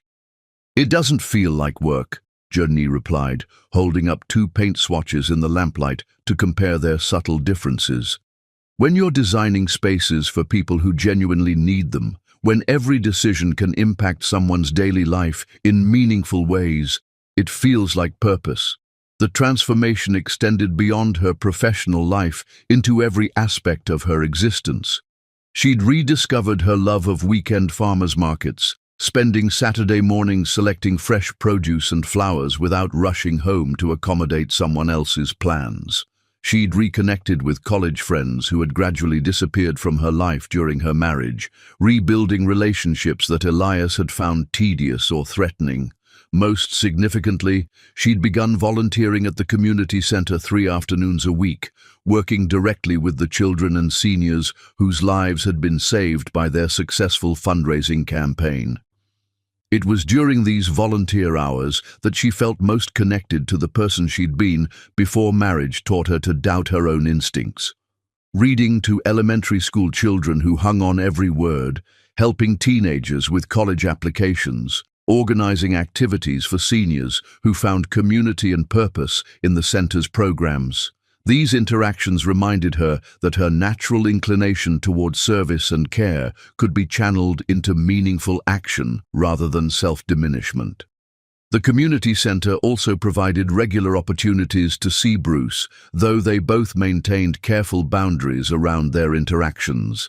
He visited frequently to document the center's expanded programs for potential donors, and their professional collaboration continued to demonstrate the natural partnership that had made their fundraising exhibition so successful. But they avoided being alone together, communicating primarily through group settings where their obvious connection could be attributed to shared commitment rather than personal attraction. Despite these precautions, Journey was acutely aware of Bruce's presence whenever he appeared at the center. She noticed the way children gravitated toward him during his visits, how he remembered details about their lives and dreams from previous conversations. She observed his interactions with the elderly volunteers, the respectful attention he paid to their stories, and the genuine interest he showed in their perspectives. Most of all, she noticed how he looked at her when he thought she wasn't paying attention. Glances filled with warmth and longing that matched what she felt but couldn't act upon while her divorce proceedings remained pending. "You two are being ridiculous," Aurora said one afternoon, after witnessing Bruce and Journey's elaborate dance around each other during a planning meeting for the center's upcoming expansion. "The chemistry between you could power the entire building, but you're both so busy being respectful of each other's boundaries that you're missing the fact that you're both ready to move forward." "My divorce isn't final yet," Journey replied, though she knew Aurora was right about the mutual attraction that had only intensified during their months of careful friendship. "Your marriage ended the night of the fundraiser," Aurora countered. "Everything since then has been paperwork. At some point, you have to trust that it's okay to want something good for yourself." The conversation stayed with Journey throughout the following week, particularly during the long evenings when she worked on design projects in her apartment and found herself thinking about Bruce's hands as he sketched exhibition layouts, about the way his voice grew soft when he spoke about his childhood experiences in foster care, about the moment after their almost kiss when he'd promised to support her choices without pressure or expectations. The tension reached a breaking point on a Thursday evening when they found themselves working together after hours at the community center, organizing donated books for the newly expanded library. The building was quiet except for the soft jazz playing from Bruce's phone and the occasional sound of traffic from the street outside. They worked in comfortable synchronization, sorting volumes by age group and subject matter, while discussing plans for the upcoming literacy program launch. "I think the picture books should go on the lower shelves where the youngest children can reach them," Journey suggested, kneeling to arrange a collection of brightly illustrated stories that had been donated by a local bookstore. "Agreed," Bruce said, moving to help her organize the display, "and we should create a comfortable reading corner with cushions and soft lighting where parents can share books with their children." As they worked together to arrange the space, their conversation flowed naturally from practical logistics to broader questions about education, community building, and the role of storytelling in child development.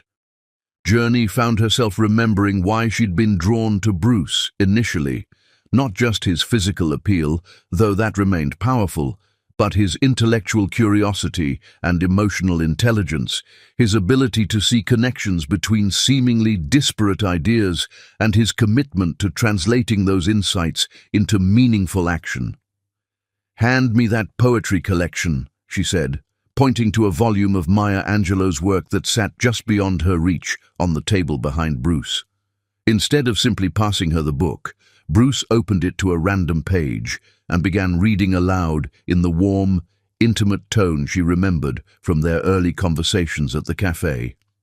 "There is no greater agony than bearing an untold story inside you," he read, his voice carrying the weight of personal understanding that made the words resonate beyond their literary context.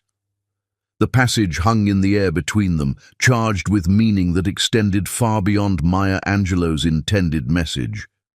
Journey looked up from her organizing to find Bruce watching her with an expression that made breathing suddenly difficult. "Bruce," she said softly, though she wasn't sure if she was asking him to continue or to stop. "I think about you every day," he said, setting the book aside and moving closer to where she knelt among the scattered volumes. "I think about what you said at the gallery that night, about wanting to matter, about wanting to feel alive instead of just existing. I think about how much I want to be the person who helps you feel that way." "You already do," she admitted, abandoning any pretense of professional distance. "You have since the first day we met. Being around you reminds me of who I used to be before I forgot that my dreams were worth pursuing." They moved toward each other simultaneously, drawn by the same force that had brought them together during the fundraising planning. But this time, instead of the desperate urgency that had characterized their first kiss, their coming together felt inevitable and right. Not a betrayal of existing commitments, but a recognition of something that had been building toward this moment for months. "Journey," Bruce said, his hands framing her face with the same gentle reverence she remembered from their previous encounter. "I love you. Not just the way you make me feel, but who you are, your passion for justice, your loyalty to your family, your courage in standing up for what matters. I love your laugh and your fierce intelligence and the way you see beauty in places other people overlook." The declaration was everything she'd dreamed of hearing and everything she'd been afraid to want. For months, she'd told herself that her feelings for Bruce were complicated by the timing, that she needed to establish her independence before considering a new relationship. But listening to his words, seeing the sincerity in his eyes, she realized that love didn't wait for perfect timing. It arrived when hearts were ready to recognize it. "I love you too," she said, the words emerging from some deep place of truth she'd protected during all the months of careful friendship.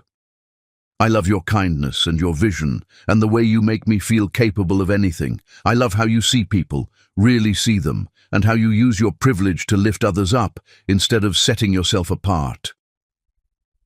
The kiss that followed was tender and profound, carrying the weight of everything they'd been holding back and the promise of everything they wanted to build together.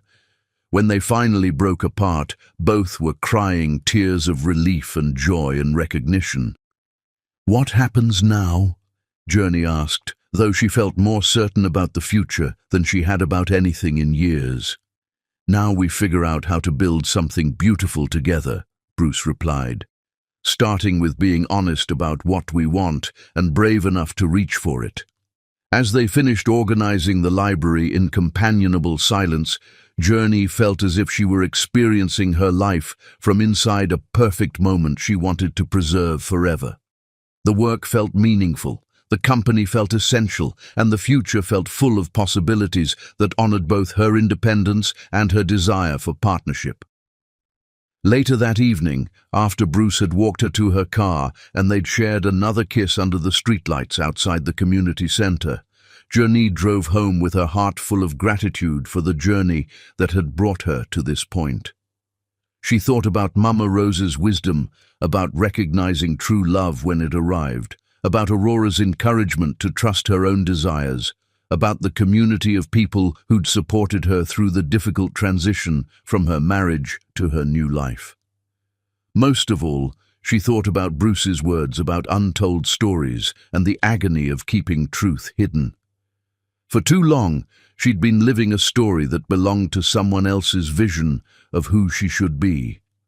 Now, finally, she was ready to write her own chapters with someone who saw her clearly and loved her completely, not despite her strength and independence, but because of them.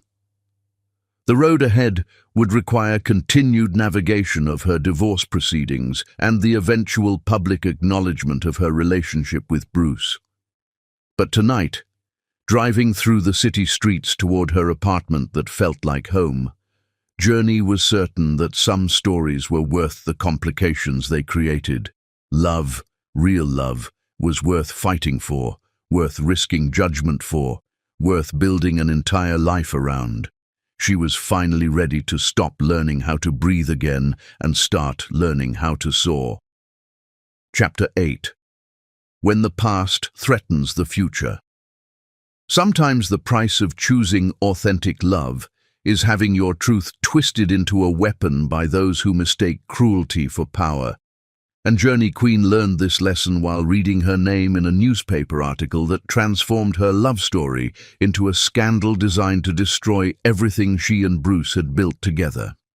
The article appeared on a Tuesday morning in the society section of the city's largest newspaper, written by gossip columnist Victoria Sterling, with the kind of venomous precision that suggested careful coaching from someone with intimate knowledge of the subjects involved.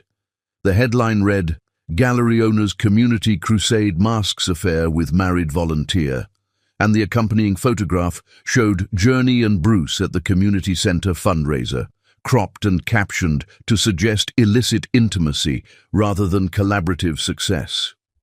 Journey discovered the piece while reviewing morning news at her kitchen table, nearly choking on her coffee as she read the opening paragraph. Local philanthropist Bruce Brando, heir to a tech fortune and owner of the trendy Brando Gallery, has been conducting a months-long affair with married interior designer Journey Queen under the guise of saving a community center from development. Sources close to the situation describe Queen as an opportunistic gold digger who abandoned her successful attorney husband for the promise of greater wealth and social status. The article continued for several more paragraphs, weaving half-truths and outright fabrications into a narrative designed to destroy both their reputations. It suggested that Bruce had manipulated the community center crisis to gain access to a vulnerable married woman, that Journey had deliberately orchestrated the public confrontation with Elias to justify her infidelity, and that their charity work was merely a cover for an affair that had been ongoing since their first meeting. What made the piece particularly devastating was its strategic use of anonymous sources who provided quotes that could only have come from someone with intimate knowledge of Journey's marriage. "Journey has always been ambitious," one source claimed. She married Elias for his connections, and when she met someone wealthier, she found an excuse to trade up. Another added, Bruce Brando has a pattern of targeting vulnerable women through his charity work. This community center situation was the perfect setup. By the time Journey finished reading, her hands were shaking with a combination of rage and devastation. Every meaningful moment of her relationship with Bruce had been distorted into evidence of calculation and deception. The genuine connection they shared, the authentic care they both felt for the community center, the courage it had taken her to leave an unhappy marriage, all of it had been reduced to a sordid tale of adultery and opportunism. Her phone began ringing immediately. Aurora calling to warn her about the article, Ailani expressing outrage at the blatant character assassination, several clients asking for clarification about the allegations. By noon, she'd received 3 separate calls from non-profit organizations questioning whether they should continue working with someone whose professional reputation had been so publicly compromised. Bruce called in the early afternoon, his voice tight with controlled fury and concern for her well-being. "Journey, I am so fucking sorry," he said without preamble, his usual composure cracked by genuine rage. "I've already spoken with my attorney about pursuing legal action for defamation. This is completely unacceptable."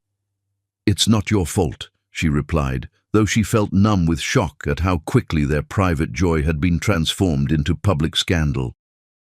"We both knew this was a risk when we decided to be together. We knew some people might disapprove of the timing," Bruce said. "We didn't anticipate someone would launch a coordinated attack designed to destroy our reputations and undermine the community center's success." The mention of potential damage to the community center intensified Journey's anguish. The article had specifically suggested that donations might be redirected to more legitimate charitable causes, given questions about the organizers' motivations. After everything they'd worked to achieve, after the families who were finally receiving stable support, the thought that their personal relationship might jeopardize those vital services was unbearable. "Bruce," she said carefully, "maybe we should consider whether being together is worth the potential damage to everything else we care about." The silence that followed her suggestions stretched long enough that she wondered if the call had been disconnected. "Are you saying you want to end our relationship because someone wrote lies about us in a newspaper?" he asked finally, his voice carrying hurt and disbelief in equal measure. "I'm saying maybe we need to think about whether our happiness is worth the cost to other people who depend on us." "The people who depend on us," Bruce said with growing intensity, "are the families served by the community center and the donors who believe in our mission. Those relationships are built on demonstrated results, not gossip column speculation. If we let bullies and liars dictate our choices, we're abandoning everyone who trusted us to fight for what matters." Despite his logical arguments, Journey felt overwhelmed by the public nature of their situation and the vicious personal attacks that showed no sign of subsiding. By evening, the story had been picked up by 2 additional publications, each adding new anonymous sources and increasingly outrageous claims about both their motivations and their conduct. The real blow came when Maverick Sterling, Bruce's business partner and closest friend, requested an emergency meeting at the gallery to discuss the situation's impact on our business relationships. Journey arrived to find Maverick pacing the gallery's main floor with obvious agitation, while Bruce sat at his desk, looking more exhausted than she had ever seen him. 3 major donors called today to express concerns about continued association with the gallery, Maverick announced without preamble. The Morrison Foundation is reconsidering their commitment to next month's exhibition, and the Hartwell Trust wants to discuss a reputation management before finalizing their grant renewal. Journey felt sick to her stomach as she listened to the litany of professional consequences that her relationship with Bruce was creating for him. "I'm sorry," she said to Maverick. "I never intended for my personal situation to create problems for the gallery." "It's not your fault," Maverick replied, though his tone suggested otherwise. But we need to consider whether continued public association between Bruce and you is sustainable given the current media attention. What are you suggesting? Bruce asked, his voice dangerously quiet. I'm suggesting that maybe you two should maintain some distance until this blows over, Maverick said. Let the divorce finalize, give the gossip columns time to move on to other targets, then reassess the situation when cooler heads can prevail. The suggestion hung in the air like a toxic cloud, poisoning the space where Journey and Bruce had shared so many meaningful moments. She could see the conflict in Bruce's expression, his love for her warring with his responsibility to the gallery, the artists they supported, and the causes they championed together. No, Bruce said finally, standing to face his business partner with resolve that surprised everyone in the room, including himself. I will not let fear and gossip dictate my choices about whom I love or how I live my life. Bruce, be reasonable, Maverick pressed. This scandal could destroy everything we've built here. This scandal, Bruce replied with growing intensity, is built on lies told by bitter people who can't stand to see others find happiness. If our donors and partners are so easily swayed by malicious gossip that they can't see the truth of our work and our character, then they were never true allies to begin with. Maverick stared at his partner in obvious disbelief. You're willing to risk everything for a relationship that's been public for less than a week? I'm willing to risk everything for love, Bruce said, turning to look directly at Journey with an expression that made her heart skip. Real love, authentic connection, the kind of partnership that makes both people stronger and more capable of meaningful work in the world. That's not something you compromise on or hide from because small-minded people choose to believe lies over truth. The conviction in his voice, the way he spoke about their relationship as something worth defending rather than something to be managed or minimized, moved Journey profoundly. She thought about all the times during her marriage when Elias had asked her to make herself smaller to accommodate his preferences. All the moments when she'd been told that her authentic self was too much, too difficult, too inconvenient for others to accept. Bruce is right, she said, surprising both men with the strength in her voice. We haven't done anything wrong. We fell in love while working together on something meaningful, and we've been honest about our feelings and our intentions. I won't apologize for choosing happiness over a marriage that was already dead, and I won't ask Bruce to hide our relationship because other people prefer lies to truth. Maverick looked between them with obvious frustration before shaking his head in defeat. I hope you know what you're doing, he said to Bruce, because if this goes badly, it won't just affect your personal lives. It could destroy everything we've worked to build here. After Maverick left, Bruce and Journey stood together in the gallery's main space, surrounded by artwork that celebrated resilience and transformation, and Journey felt something shift fundamentally in her understanding of what it meant to fight for love. Are you sure about this? She asked Bruce. Maverick isn't wrong about the potential consequences. I've never been more sure of anything in my life, Bruce replied, taking her hands in his with gentle firmness. I've spent years using my resources and platform to support people who need advocates and allies. How can I do that work authentically if I'm not willing to defend what matters most in my own life? What if we lose everything? She asked, voicing the fear that had been building since she first read the morning's article. Then we'll build something new together, Bruce said with the kind of certainty that comes from finally understanding what truly matters. But we won't lose each other, and we won't lose our integrity, and we won't teach the world that love can be destroyed by people who choose cruelty over compassion. Standing in the gallery where they'd first recognized their connection, surrounded by art that testified to the power of authentic expression, Journey felt her fear transform into fierce determination.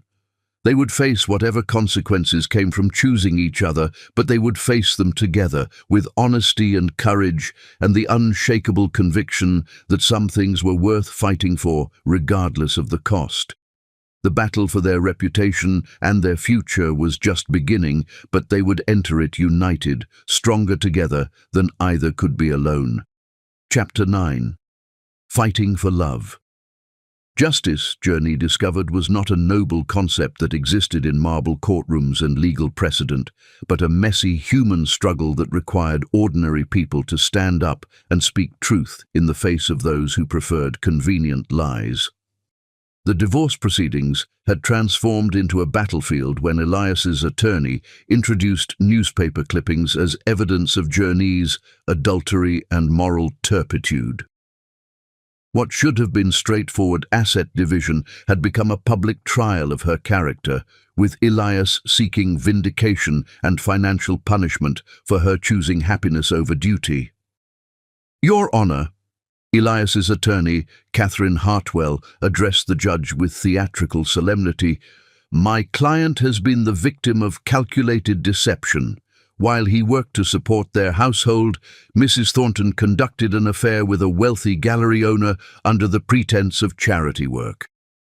Journey sat beside attorney Ronan Blackwood, feeling the weight of every gaze in the packed courtroom. Word had spread through the community, drawing supporters from the Riverside Community Center, donors from the fundraising exhibition, and curiosity seekers attracted by the newspaper scandal. "The evidence clearly shows," Ms. Hartwell continued, holding up enlarged photographs that had been taken from various newspaper articles, "that Mrs. Thornton and Mr. Brando were engaged in an inappropriate relationship while she was still married to my client. This adultery justifies both the dissolution of the marriage and compensation for the emotional and financial damages my client has suffered." Ronan stood to respond, his 70-year-old frame carrying the dignity of 4 decades practicing family law. "Your Honor, the evidence shows nothing more than 2 dedicated individuals working together to save a vital community resource. The timeline clearly demonstrates that Mrs. Queen's marriage to Mr. Thornton was already irretrievably broken before she ever met Mr. Brando, and that any romantic relationship between them developed only after she had made the decision to end her marriage." Elias took the stand first, presenting himself as a wronged husband, betrayed by a wife he had loved and supported. His performance was polished, painting a picture of a woman who abandoned her commitments for a wealthier option. "I gave Journey everything," Elias said, dabbing his eyes with precision. "A beautiful home, financial security, social status. I thought we were building a life together. Then she met this gallery owner, and suddenly our marriage wasn't good enough anymore." When cross-examination began, Ronan's questions revealed cracks in Elias's facade. "When was the last time you attended an event important to her? Did you attend the community center fundraising exhibition? How would you characterize your behavior that evening?" Elias's jaw tightened as he was forced to acknowledge his public dismissal of Journey's work and his intoxicated disruption of the event. But it was Mama Rose's testimony that transformed the courtroom atmosphere completely. At 89, Mama Rose commanded attention simply by walking to the witness stand with quiet dignity. She wore her best Sunday dress and carried herself with authority that came from a lifetime of seeing truth clearly. "My granddaughter," Mama Rose said, her voice carrying clearly through the silent courtroom, "is the finest person I know. She was 12 when her parents died, and I raised her to believe that your word is your bond and that you fight for what's right, even when it costs you something." She looked directly at the judge with eyes that had seen decades of struggle and triumph. "For 7 years, I watched that child try to make herself smaller and quieter, trying to please a man who saw her strength as a threat instead of a gift. When she came to me about the community center, I saw my real granddaughter for the first time in years, someone who remembered she was put on this earth to help people." "And her relationship with Mr. Brando?" Ronan asked. "That young man loves my granddaughter the way she deserves to be loved," Mama Rose said without hesitation. "He sees her heart and her mind and her soul, and he wants to help her be more of who she is, not less. That's what real love looks like." The surprise of the day came when Bruce asked to testify voluntarily on Journey's behalf. Neither attorney had called him as a witness, but he requested permission to address the court about his relationship with Journey and his observations of her character. "Mr. Brando," the judge said, "you understand that anything you say here today can be used against you in other proceedings." "I understand, Your Honor. But there are things that need to be said, and I'm the only person who can say them." Bruce took the stand with the same quiet confidence he brought to everything meaningful in his life. He looked directly at the judge as he spoke, his voice clear and unwavering. "Your Honor, I want to address the allegations that have been made about my relationship with Journey Queen. I met her when she was seeking help to save her grandmother's community center from demolition.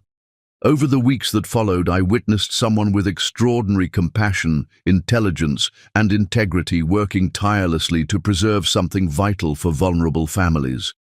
He paused, his gaze moving briefly to where Journey sat, before returning to the judge. "I did fall in love with her during that time, but not because I was pursuing a married woman or because she was seeking financial advancement. I fell in love because I met someone who shared my values, who made me a better person, and who demonstrated every day that she cared more about serving others than serving herself." Bruce's voice grew stronger as he continued. "The Journey Queen I know would never have left her marriage for money or status. She left because she finally remembered that she deserved to be with someone who saw her worth and supported her dreams. If loving someone that remarkable makes me guilty of something, then I accept that guilt gladly." The courtroom was completely silent as Bruce concluded his testimony, and Journey felt her heart breaking and mending simultaneously. No one had ever defended her with such eloquence and conviction, had ever spoken about her with such obvious pride and admiration. When the judge retired to consider her decision, the courtroom erupted in quiet conversations. Community center families who had attended to support Journey surrounded her with words of encouragement and gratitude. Several donors from the fundraising exhibition approached to express their continued support for both her work and her relationship with Bruce. "Whatever happens," Aurora whispered to her friend, "you've already won the only thing that matters. You've got people who see your truth and choose to stand with you." 2 hours later, Judge Patricia Morningstar returned with her decision. After reviewing all testimony and evidence presented, she announced, "This court finds no credible evidence of adultery or misconduct on the part of Mrs. Thornton. The dissolution of this marriage appears to result from fundamental incompatibility rather than moral failing on either party's part. The divorce is granted, with assets to be divided equally as originally proposed." The relief that flooded through Journey was so intense, she felt momentarily dizzy. Around her, supporters erupted in quiet celebration while Elias's face darkened with obvious disappointment that his public humiliation campaign had failed to achieve its intended result. Outside the courthouse, as friends and supporters gradually dispersed, Journey found herself standing with Bruce in the late afternoon sunshine, both overwhelmed by the emotional intensity of the day. "It's over," she said, hardly believing the words as she spoke them. "The divorce is over," Bruce corrected gently. "Everything else is just beginning." They moved toward each other, ready to finally acknowledge their love without legal complications or social constraints, but were immediately surrounded by reporters who had been waiting for this moment. Camera flashes and shouted questions about their relationship plans made private conversation impossible. "We should go," Bruce said, taking her hand publicly for the first time as they navigated through the media crowd toward his car. As they drove away from the courthouse together, Journey felt as if she were crossing a threshold into a completely new life. The legal battle was finished, her marriage was officially ended, and the man she loved had just demonstrated his commitment to their relationship in the most public way possible. "Bruce," she began, ready to finally say everything she had been holding back. "I know," he said, squeezing her hand as they stopped at a red light. "I feel it too. But let's wait until we can be somewhere private, somewhere that belongs just to us. After everything we've been through to get here, our love deserves better than a conversation interrupted by reporters and cameras." She nodded, understanding that some moments were too important to rush or share with the world.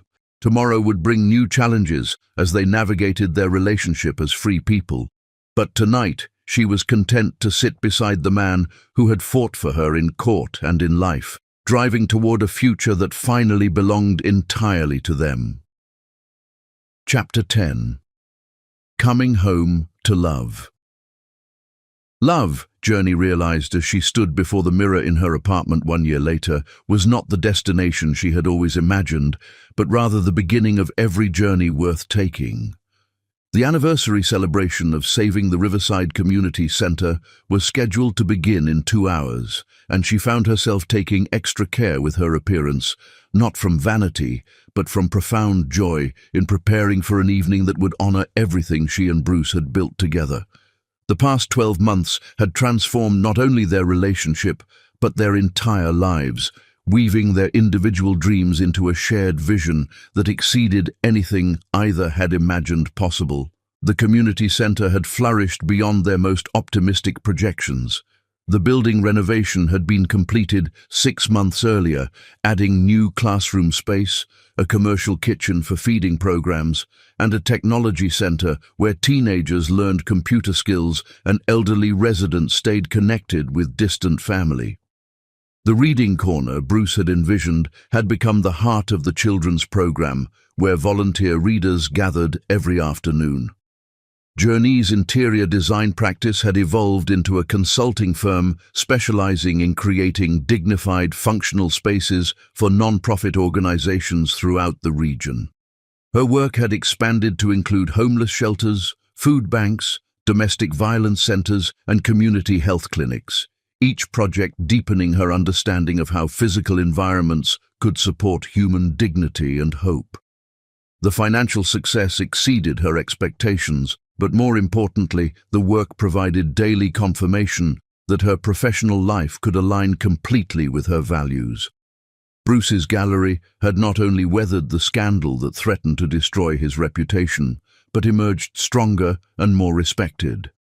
The donors who had wavered during the media storm had returned with renewed commitment once they witnessed the sustained excellence of his community-focused exhibitions. Their relationship had deepened through shared purpose and mutual respect, each partner encouraging the other to pursue ambitious goals while maintaining the individual identity that had attracted them initially. They had moved in together 8 months earlier, choosing a restored Victorian house within walking distance of both the community center and the gallery. As she applied lipstick in the bathroom mirror, Journey caught sight of the engagement ring that had appeared on her finger 3 weeks earlier, during a quiet dinner at the same cafe where they had shared their first vulnerable conversation about dreams and disappointments. Bruce had proposed not with grand gestures or public displays, but with the intimate sincerity that characterized everything meaningful between them. "Journey," he had said, reaching across the small table to take her hands in his. "I want to spend the rest of my life building beautiful things with you. Will you marry me?" The simplicity of his words had moved her more than any elaborate speech could have. They had been building beautiful things together for months, not just the community center and their respective businesses, but a relationship based on mutual support, shared values, and the rare compatibility that comes from recognizing your complement in another person. "Yes," she had replied without hesitation, understanding that she was not just accepting a marriage proposal, but embracing a partnership that would challenge both of them to become better versions of themselves. Tonight's celebration would serve multiple purposes beyond honoring the community center's continued success. Bruce had mentioned that he wanted to make an announcement during the evening's program, though he'd been mysteriously vague about details. Journey suspected he intended to publicly acknowledge their engagement, sharing their happiness with the community that had supported them through difficult months. She arrived at the community center 30 minutes before the official start time, wanting to help with final preparations. The building hummed with activity as volunteers arranged displays showcasing the year's achievements. Caterers prepared refreshments donated by local restaurants, and children from the after-school program practiced a performance they would present. Mama Rose, now 90, sat in the main gathering area, directing set-up activities with gentle authority. She wore a new dress in royal blue that Journey and Ailani had selected together, and her eyes sparkled with pride as she surveyed the bustling preparations. "Look what your love built, baby girl," she said when Journey approached for their customary greeting hug. "This place is alive in ways I never dared dream possible." "This is what your love built, Grandmama," Journey corrected. "Bruce and I just helped other people see what you'd been creating for 30 years. That young man of yours has something special planned for tonight," Mama Rose observed with a knowing smile. "I hope you're ready for it." Before Journey could ask for clarification, Bruce appeared beside them carrying a box of programs. He wore a dark suit that emphasized his tall frame and a tie she'd selected because its deep green brought out the flecks of gold in his blue eyes.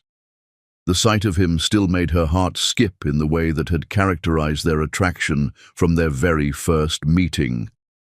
"You look beautiful," he said, kissing her cheek with easy affection. "Ready for tonight?" "Ready for what exactly?" she asked, noting the anticipation in his expression. "You've been mysteriously excited about this for weeks." "You'll see," Bruce replied, his smile carrying secrets that made her simultaneously curious and slightly nervous. "Just trust me." As the formal program neared its conclusion, Bruce stepped to the podium with an expression that combined nervous excitement with profound happiness. "Ladies and gentlemen," he began, his voice carrying clearly through the crowded room, "tonight we celebrate 1 year of extraordinary growth and community impact. But I want to talk for a moment about what made this success possible." He paused, his gaze finding Journey in the crowd before continuing. 18 months ago, I met a remarkable woman who was fighting to save her grandmother's life work. I thought I was offering professional assistance for a worthy cause. What I discovered was a partner who challenged me to think bigger, dream broader, and commit more deeply to the work that gives life meaning.